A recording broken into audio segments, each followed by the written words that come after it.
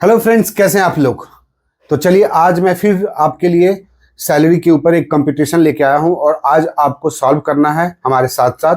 तो चलिए नोटबुक अपने साथ में रखिए और हमारे सॉल्यूशन के साथ में मैच कीजिए या आप भी कैलकुलेट कीजिए और देखिए कि हमारा आंसर और आपका आंसर करेक्ट आता है या नहीं। और अगर आता है तो कमेंट करना मत भूलिएगा और अगर नहीं आता है तब तो 100% कमेंट कीजिए कि कहाँ पे आपने स्लिप किया, कहाँ पे आपका मिस्टेक है। चलिए स्टार्ट करते हैं। ये हमारा क्वेश्चन है जिसमें डिटेल बता देता हूं, इसका स्क्रीनशॉट ले लीजिए, नोट भी कर लीजिए ताकि आपको प्रॉब्लम नहीं हो सॉल्व करने के दरमियान। Name mister Sharma, assessment year जो है 26-27 है, मतलब ओल्ड टैक्स 1961 फर्स्ट। सेकेंडली ये ओल्ड रिजीम के अंतर्गत है, ना कि न्यू रिजीम जिसमें अलग टैक्सेशन का प्रोविजन है। तो ये ओल्ड रिजीम के अंतर्गत कैलकुलेशन है। जॉब जो है वो प्राइवेट कंपनी में जॉब करते हैं और इनका जो सिटी टाइप है वो है मेट्रो, मतलब दिल्ली, मुंबई, चेन्नई जो भी है मेट्रो सिटी वो उसके लिए। डिटेल ऑफ रिसिप्ट जो है, पहली बात कि बेसिक सैलरी 35,000 पर मंथ है। डीए जो रिटायरमेंट बेनिफिट के पर्पज से कंसिडर किया जाता है वो 5,000 पर मंथ है। एचआरए जो उनको मिलता है 12,000 पर मंथ। रेंट पेड जो है उनका 14,000 per month. Bonus 40,000 per month. Employees contribution जो है बोनस जो है 40,000 पर एनम है, ध्यान रखिएगा, क्योंकि ईयरली दो ही बार ईयरली मिलेगा या हाफ ईयरली बोनस मिलता है ना मोस्ट ऑफ द टाइम में। तो बोनस जो है 40,000 उनको पूरे साल में मिला। इंप्लॉयज कंट्रीब्यूशन जो है 63,000 है, सब्जेक्ट टू कि ये जो माना गया है 15% of basic salary plus DA का है, मतलब इनका जो बेसिक सैलरी है, इनका जो डीए है, उन दोनों को मिलाने के बाद 15% ये डीए बनता है इंप्लॉयज कंट्रीब्यूशन, जो कि 63,000 है। Interest to recognise provident fund RPF जो मिल रहा है वो 22,000 है एनुअली, जो कि 11% के रेट से मिला है, ठीक है। और लास्ट पॉइंट है प्रोफेशनल टैक्स, जो कि 2,500 रुपया पर एनम इनको मिला है ना, जिसमें से प्रोफेशनल टैक्स इन्होंने पे किया, जिसमें से 2,000 रुपया जो पे किया है वो इंप्लॉयर ने पे किया है और 500 जो पे किया है वो इंप्लॉय खुद ही पे किया है। मतलब out of 2,500 2,000 is paid by the employer and 500 paid by the employ. तो आप इसको नोट कर लीजिए या स्क्रीनशॉट ले लीजिए, then will proceed for the solution of it.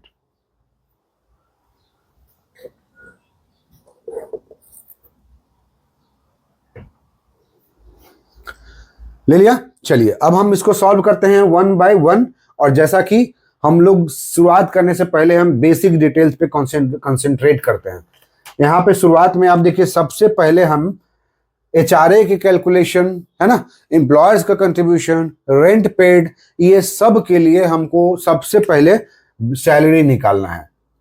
Salary क्या होगा इनका, तो हम बेसिक सैलरी लेते हैं, बेसिक बीएस, जो कि 35,000 इंटू 12 हो जाएगा। उसके बाद इनका डीए है जो कि 5,000 इंटू 12 हो जाएगा, है ना। इस चीज को आप लोग कैलकुलेट करके बताइए, मैं भी कैलकुलेट कर रहा हूं। 35,000 इंटू 12 ये हो जाता है 4,20,000। उसके बाद ये 12×5 = 60,000। तो ये टोटल कितना हो जाएगा सैलरी, 4,80,000। क्लियर। अब ये करने का पर्पस क्या है, ये करने का पर्पस ये है कि हम देखिए बेसिक और डीए ही क्यों लिए हैं, क्योंकि हमें एचआरए के कैलकुलेशन में, इंटरटेनमेंट के कैलकुलेशन में, इन या एम्प्लॉयर्स कंट्रीब्यूशन को मेजर करने में यही दोनों चीज की जरूरत होती है, इसी दोनों चीज की जरूरत होती है, इसलिए नहीं लेते हैं। एक चीज इसमें और दो चीज और नया चीज दिखेगा जो आपके कॉन्सेप्ट के लिए बता दूं। यहां पे जो आपने देखा ना bonus is also considered as salary to the employ.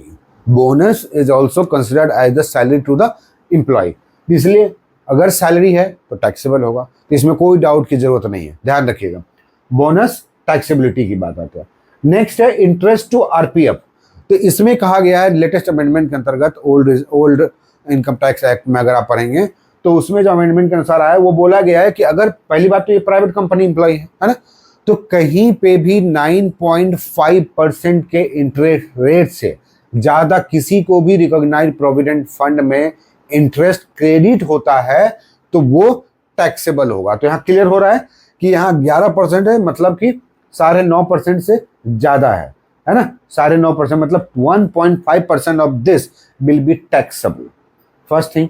Second thing, जैसे आपके माइंड में आ रहा होगा पीपीएफ, पब्लिक प्रोविडेंट फंड, जो कि गवर्नमेंट एम्प्लॉय लोग उसमें करते हैं, जैसे जीपीएफ वगैरह होता है।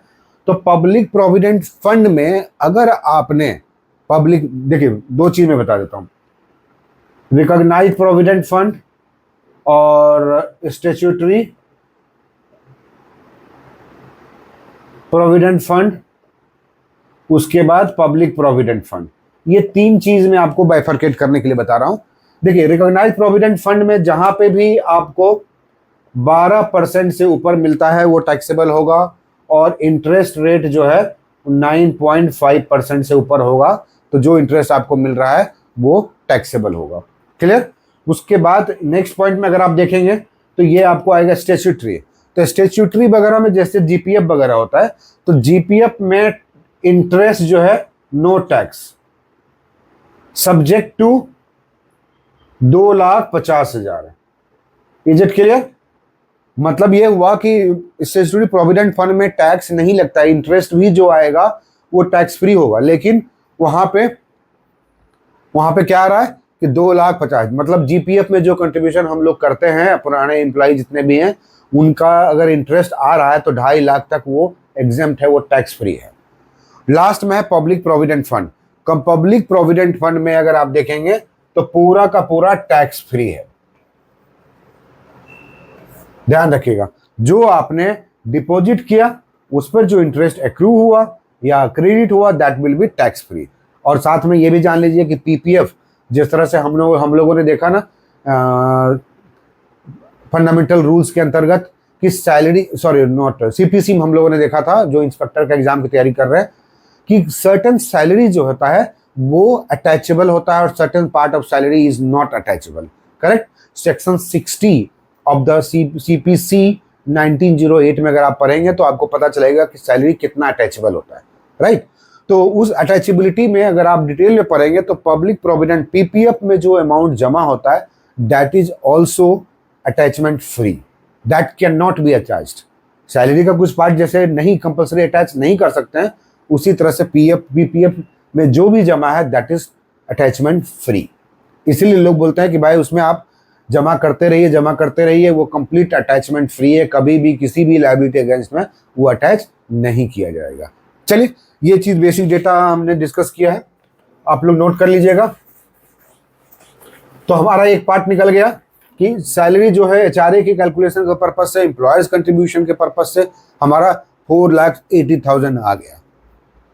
और उसके बाद हम लोग इंटरेस्ट वाली पार्ट पे सीधा है कि 22,000 है तो 11% है, तो 9.5 से ऊपर जो भी हो टैक्सेबल होगा। तो चलिए हम लोग 1 बाय 1 लिखते हैं।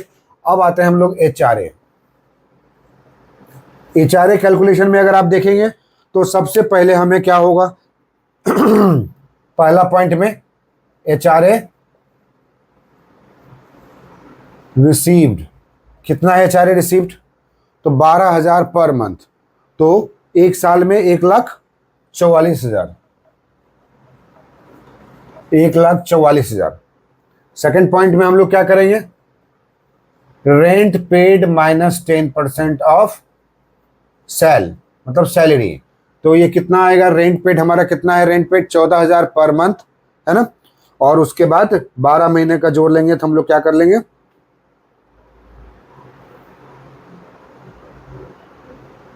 14,000 इंटू 12 14,000 इंटू 12 हमारा 1,68,000 होता है ना। 1,68,000 माइनस 10% ऑफ बेसिक सैलरी, तो हमारा 4,80,000 है, तो उसका कितना माइनस हो जाएगा, 48,000 है ना। तो कितना अमाउंट आ जाएगा हमारा, 1,20,000। Is it clear up to this point. चलिए अब थर्ड पॉइंट पे आते हैं, क्या बोलते हैं, 50% ऑफ सैलरी। क्यों 50% सैलरी? क्योंकि ये मेट्रो सिटी है। अगर टायर 2 टाइप का कैटेगरी का सिटी होता तो आप वहीं पे 40% ले रहे होते। ध्यान रखिएगा इस चीज को कैलकुलेशन के दरमियान। तो यहाँ पे दिल्ली मेट्रो, ये सब दिल्ली है या मुंबई है, चेन्नई है, कोलकाता है, ये सब में 50% का है। तो 50% of this salary to 240। Clear? अब यहां पे देखिएगा एचआरए के पर्पस से हमने यही लिया, बोनस नहीं लिया, क्योंकि बोनस एचआरए के पर्पस से कैलकुलेट नहीं होता है, बोनस फुल्ली टैक्सेबल है। No doubt it is part of the salary, लेकिन फिलहाल एचआरए के कैलकुलेशन में इस चीज को नहीं लेंगे। तो अगर आप इस चीज को देखेंगे तो इसमें आपको क्या मिला, list of the all three कौन सा है भाई, 144, 120, 240। मतलब एचआरए एग्जेम्प्ट या टैक्स फ्री कितना हो जाएगा, 1,20,000। ये कैलकुलेशन आप लोग नोट कर लीजिए।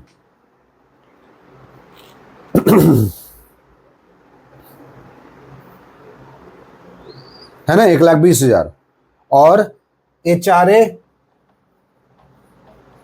टैक्सेबल कितना निकलेगा, एचआरए टैक्सेबल कितना आएगा, क्योंकि एचआरए कहाँ है, यहाँ 1,44,000 मिल रहा था, तो 20 माइनस रहेगा 24,000। ऑब्जेक्टिव पॉइंट ऑफ व्यू से भी आपको ध्यान रखवा रहा हूं, क्योंकि आप लोग जो एग्जाम दे रहे हैं वो कंप्यूटेशन पे ऑब्जेक्टिव बेस्ड क्वेश्चन आएगा। तो कैलकुलेशन सीखना is for paper 4 of the ITO, है ना, इनकम टैक्स ऑफिसर का एग्जाम जो हो रहा है डिपार्टमेंटल, उनके लिए बेस्ट है। लेकिन आपके लिए इस सेंस से बेस्ट है कि आप एक एक स्टेप को समझ सकें। और एमसीक्यूज कैसे क्रिएट होगा, एमसीक्यूज इतना से ही क्रिएट हो जा रहा है कि किसी व्यक्ति का बेसिक सैलरी ये पूरा डिटेल दे देगा, है ना, पूरा डिटेल दे देगा, लेकिन बोलेगा कि एचआरए एग्जेम्प्ट कितना है। तो आप लोग इमीडिएटली ऐसा मत कर दीजिएगा कि एचआरए जो है 24,000 एग्जेम्प्ट है। HRA exempt income is 120 as per this calculation and HRA taxable is 24,000। So MCQs will ask कि इनमें से कौन सा अमाउंट या एचआरए का अमाउंट विल बी टैक्सेबल, तो 24,000। इनमें से कौन सा amount will be exempt for tax, है ना, तो 120। तो ये एमसीक्यूज के पॉइंट ऑफ व्यू से ध्यान रखिएगा। यहां तक क्लियर? स्क्रीनशॉट ले लीजिए या मैं इसको रब करता हूं।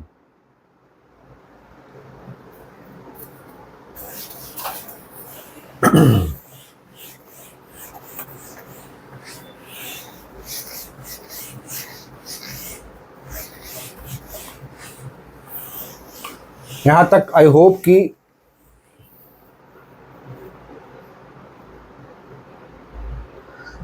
नाउ एम्प्लॉयर्स कंट्रीब्यूशन पे हम काम करेंगे। एम्प्लॉयर्स कंट्रीब्यूशन कितना अमाउंट था आपने नोट किया होगा, तो कितना था वो, 63,000, इजंट इट? तो 63,000 क्या बोला गया था कि ये 15% ऑफ बेसिक प्लस डीए माना गया है ना। तो इसको हम लोग 12% में कैसे लेके आएंगे, तो सिंपल है, 12% के अनुसार 12% मतलब क्या हुआ, इसको निकालना है अगर, तो 63,000 बाय 15 इंटू 12 कितना अमाउंट आ जाएगा,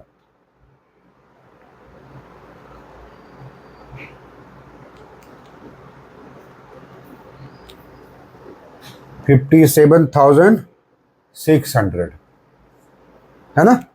कैलकुलेट कर लीजिए, जैसे 63,000 डिवाइड 15 इंटू 12,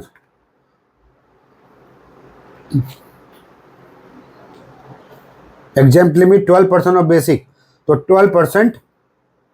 एक तरीका ये कब होगा, जब ये तरीका आपको बोला गया कि बेसिक सैलरी का डिटेल्स प्रॉपरली अवेलेबल नहीं है ना। जब बोला गया कि किसी एम्प्लॉयर्स का कंट्रीब्यूशन जो है, एमसीक्यूज के पॉइंट ऑफ व्यू से, कि बोला गया कि एम्प्लॉयर का कंट्रीब्यूशन 63,000 है, जो कि बेसिक का 15% है। इसका मतलब ये हुआ कि हम ये मान के चलते हैं कि 12% तक टैक्स फ्री है, 3%। तो जब हम लोग इस चीज को कैलकुलेट करेंगे ना, इस चीज को, तो हम लोग पहले क्या करेंगे कि 15% इज इक्वल टू 60, मतलब 63,000, तो 1% is equal to 63,000 by 15 is equal to into 12। तो अगर आपको क्या आएगा 50,600 400, फिर से मैं कैलकुलेट कर देता हूं, इंक का प्रॉब्लम होता है, सूख जाता है।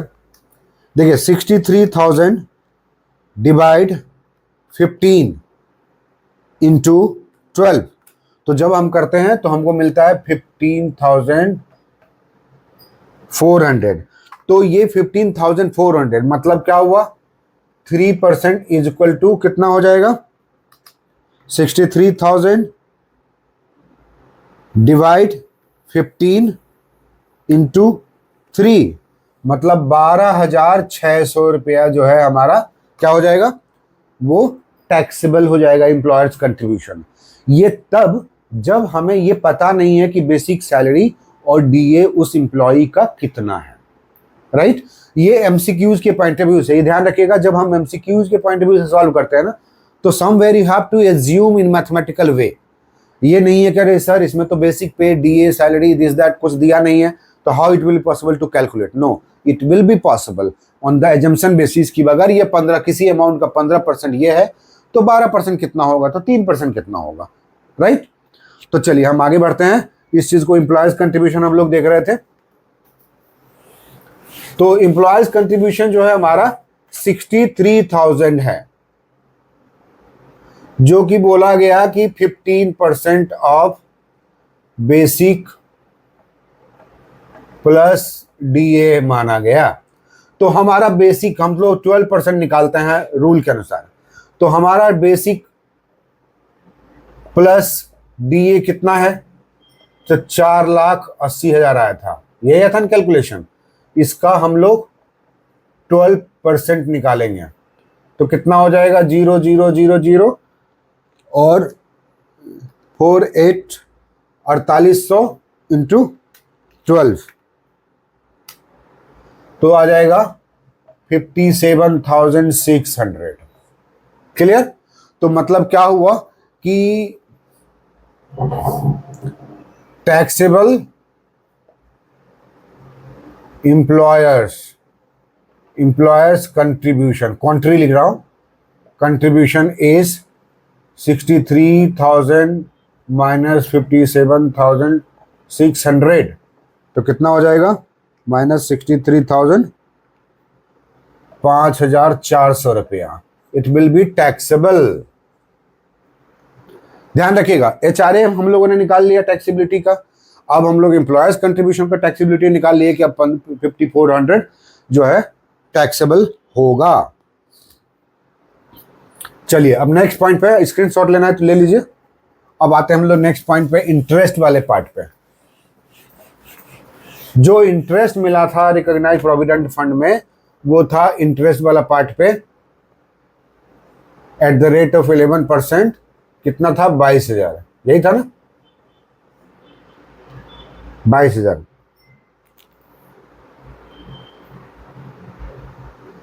तो हम लोग क्या करेंगे, 22,000 बाय फिर से 11 कर देंगे, इंटू 9.5% कर देंगे, 9.5, तो हमें क्या निकलेगा, 22,000 को डिवाइड 1 है ना, इंटू 9.5, तो हमारा टोटल आएगा 19,000, जो कि 9.5 के अनुसार है, ये एग्जेम्प्ट में आएगा, ठीक है। और टैक्सेबल में हम लोग क्या करेंगे, 22,000 बाई 11 इंटू 1.5 करेंगे, या है ना, इनके बदले आप क्या करेंगे, 22,000 माइनस 19,000, तरीका बता रहा हूं, 0,0,0, 12 में 9 गया तो 3, और ये 0, 3,000 है ना, तो 3,000 रुपया जो है वो टैक्सेबल होगा।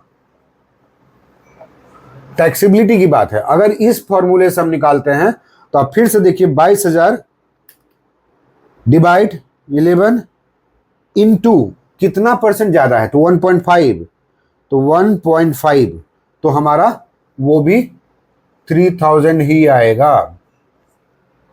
क्लियर। तो इसका मतलब इंटरेस्ट जो 9.5% से एक्सेस है, प्राइवेट एम्प्लॉई है, तो उनके लिए 3000 जो है टैक्सेबल में होगा और बाकी जो 19,000 है वो एग्जेम्प्ट में चला जाएगा। Is it clear? स्क्रीनशॉट ले लीजिए या कैलकुलेशन को आप समझ लीजिए। चलिए अब हम लोग आगे बढ़ते हैं, एक एक स्टेप पे हम लोग आगे बढ़ रहे हैं। क्वेश्चन सॉल्व करें या ना करें, बेसिक को आप लोग जरूर समझ लीजिएगा, और बाकी तो कंप्यूटेशन जब आ जाता है कि कितना टैक्सेबल है तो टैक्सेबल को ऐड करके ग्रॉस सैलरी पे डिडक्शन देके टोटल इनकम निकाल लेंगे। लेकिन जो बेसिक चीज है, माइन्यूट चीज है, before reaching to the gross total income you should understand कि क्या क्या चीज हमें कैलकुलेशन के पार्ट में लेना है। अब आते हैं नेक्स्ट पॉइंट जो था वो था प्रोफेशनल टैक्स। कितना पे हुआ था? 2500 रुपया। इंप्लॉई जो था कितना पे किया था? 500। और एम्प्लॉयर कितना पे किया था? 2000। यही था ना? अब इस पर क्या कंसिडरेशन होगा?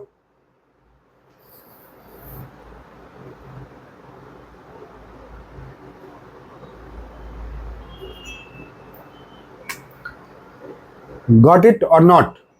तो यहां पे देखिए जो इंप्लॉयर्स का कंट्रीब्यूशन है वो 2000 है, तो ये 2500 का जो डिडक्शन मिलता है, एग्जेम्पशन मिलता है, दैट इज ओके। ध्यान रखिएगा 2500 का जो प्रोफेशनल टैक्स के अंतर्गत जो पिछले क्वेश्चन में या पिछले वीडियो में हम लोगों ने देखा वो डिडक्शन है, डिडक्टेबल होगा, लेकिन this 2000 will be considered as salary, as perquisite. ये परक्विजिट है और perquisite will be the part of salary. Perquisite will be the part of the salary. So ये जो है पहले टैक्सेबल होगा, फिर उसका एग्जेम्पशन दिया जाएगा या डिडक्शन दिया जाएगा। यहां तक क्लियर? चलिए अब इसको हम लोग कंप्यूटर करते हैं ताकि आपको पता चल सके कि फाइनली हम ग्रॉस इनकम या टोटल इनकम सैलरी के हेड के अंतर्गत कितना पहुंचते हैं। चलिए सबसे पहले अब हम लोग जो है बेसिक सैलरी लेते हैं। बेसिक सैलरी आप लोग नोट करते जाइएगा, नोट करने से आपका कंसंट्रेशन हाई होता है और एक बेटर अंडरस्टैंडिंग होती है। ऐसा लगता है कि हम प्रैक्टिकल करते हैं और practice makes a man perfect. ध्यान रखिएगा। इसलिए ये जो मैं सॉल्व कर रहा हूं इसका मतलब क्या हो रहा है पता है? कि आपको जो मैं कन्वे कर रहा हूं वो तो कन्वे हो रहा है, लेकिन मेरा नॉलेज भी और भी सॉलिड होता जा रहा है। इसी तरह से आप लोग भी लिखते रहिए। तो बेसिक सैलरी जो था वो 4,20,000 था। उसके बाद BA जो था वो कितना था? 60,000। हम लोग कंप्यूटेशन कर रहे हैं। उसके बाद अब हम लोग निकाल लेते हैं टैक्सेबल HRA या टोटल HRA। आप ऐड करके बाद में एग्जेम्प्ट HRA को माइनस कर सकते हैं। दोनों तरीका है, ठीक है? दोनों तरीका में एक ही रीच होगा, लेकिन मेरी जो अंडरस्टैंडिंग है वो ये होती है कि पहले HRA को आप ऐड बैक कर दो, पूरा का पूरा ऐड बैक कर दो, फिर HRA का जो एग्जेम्पशन होता है उसको माइनस कर दो। तो क्या होता है ना कि एक जोड़ने वक्त का जो कैलकुलेशन होता है वो प्रॉपरली हम रीच कर पाते हैं। और हमारा जो टैक्स कैलकुलेशन, जो छोटे छोटे कैलकुलेशन थे वो हमारा बाद में है, जो अकॉर्डिंगली हम माइनस कर देंगे before reaching to the gross salary. यहाँ पे हम लोग फिलहाल फॉर टाइम बिंग जो टैक्सेबल HRA आया था हमारा वो था 24,000। ओके, चलिए अभी बोनस के हम लोगों ने क्या बोला था? Bonus is part of salary so it will be taxable. तो बोनस कितना था? 40,000। उसके बाद एक्सेस एम्प्लॉयर्स कंट्रीब्यूशन कितना था? एक्सेस एम्प्लॉयर्स कंट्रीब्यूशन आप लोगों ने कैलकुलेट किया होगा 5,400। उसके बाद है excess interest on RPF recognise provident fund. कितना आ रहा था? 3,000 रुपया, है ना? उसके बाद professional tax paid, professional tax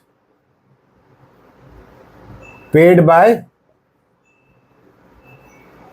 employer देखा, ये परक्विजिट है इसलिए हम यहाँ पे ले रहे हैं। हालांकि जब डिडक्शन देंगे तो टोटल 2500 का देंगे, डजंट मैटर कि किसने पे किया है, राइट। लेकिन ये जो पे किया है वो मुफ्त में तो नहीं जाएगा ना, नेचुरल है कि that will be the part of the salary, so it will be taxable. तो एक बार हम ऐड करेंगे, दूसरी बार डिडक्शन में रिड्यूस करेंगे।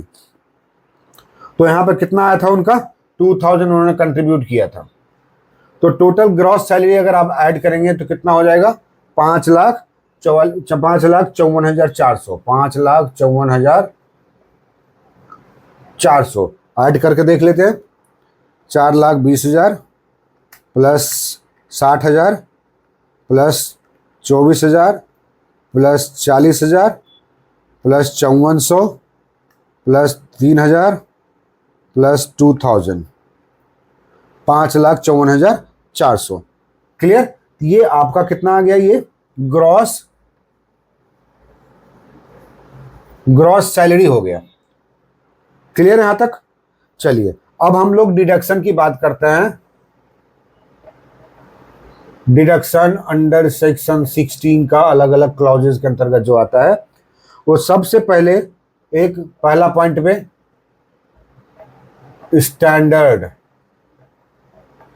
डिडक्शन क्या करेंगे, अगर हम न्यू टैक्स रिजीम को फॉलो कर रहे हैं तो 115BAC जो आप लोग रिटर्न फाइल करते हैं उसके अंतर्गत 75,000 का दिया गया है, लेकिन ओल्ड रिजीम के अंतर्गत 50,000। तो हम लोग ओल्ड रिजीम के अंतर्गत 50,000 को ले रहे हैं। दूसरा प्रोफेशनल टैक्स कितना हो जाएगा, 2,500 रुपया। और कुछ था इसमें, नहीं था। तो टोटल डिडक्शन क्या आ जाएगा, 52,500। अब आते हैं टोटल। तो हमारा जो ये डिडक्शन हो गया, तो ये मान लीजिए 1 और ये मान लीजिए 2, 1 माइनस 2 है ना। 1 माइनस 2 से पता चल जाएगा कि हमारा टोटल सैलरी कितना है। तो आपका 1 माइनस 1 मतलब 554, 400 माइनस 52, 500। तो कितना बच जाएगा, 5,01,900। ये हमारा क्या हो गया, टोटल सैलरी या total income under the head of salary. Total income under the head of salary. Clear. तो ये चीज को आप लोग ध्यान रखिएगा। अब लास्ट में की रिवीजन के तौर पे, की पॉइंट के तौर पे मैं बता देता हूं कि अगर इंटरेस्ट मतलब employer's contribution in excess of 12% अगर है तो इन एक्सेस में जो है, in excess that will be taxable. दूसरा इंटरेस्ट वाला एक्सेस इंटरेस्ट आरपीएफ जो कि 9.5% से अधिक है, then that will be taxable. Bonus fully taxable. उसके बाद professional tax fully exempt, but professional tax paid by whom, ये डिसाइड करना जरूरी है। अगर मान लीजिए ये 2500 था जो डिडक्शन हमने दिया, अगर ये पता चलता कि पूरा का पूरा एम्प्लॉयर ही पे किया है तो ये 2500 पहले हम लोग यहाँ ऐड करते, professional tax paid by employer 2500, फिर स्टैंडर्ड डिडक्शन और प्रोफेशनल डिडक्शन में देते। मतलब क्या हुआ, जो सेक्शन 16 का डिडक्शन है 2500 प्रोफेशनल टैक्स वो मिलेगा irrespective of who has paid it, लेकिन जो पे किया उसके अनुसार ऐड बैक होगा। अगर एम्प्लॉयर पे किया है तो ऐड बैक किया, एम्प्लॉय पे किया है तो इसका मतलब ऑलरेडी वो सैलरी का पार्ट ही है तो उसको हम डबल ऐड बैक नहीं करेंगे, है ना। तो ये आपका टोटल इनकम है under the head of income from salary.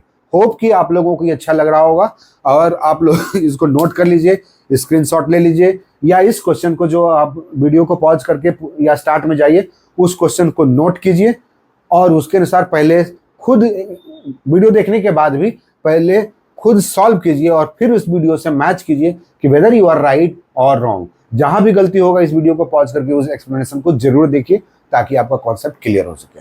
और एमसीक्यूज कहाँ कहाँ क्रिएट होता है ये मैं आपको बार बार बताता रहता हूँ और बताता रहूंगा। चलिए मिलते हैं नेक्स्ट वीडियो में। सो स्टे ट्यून टू एकोलॉज चैनल। Thank you.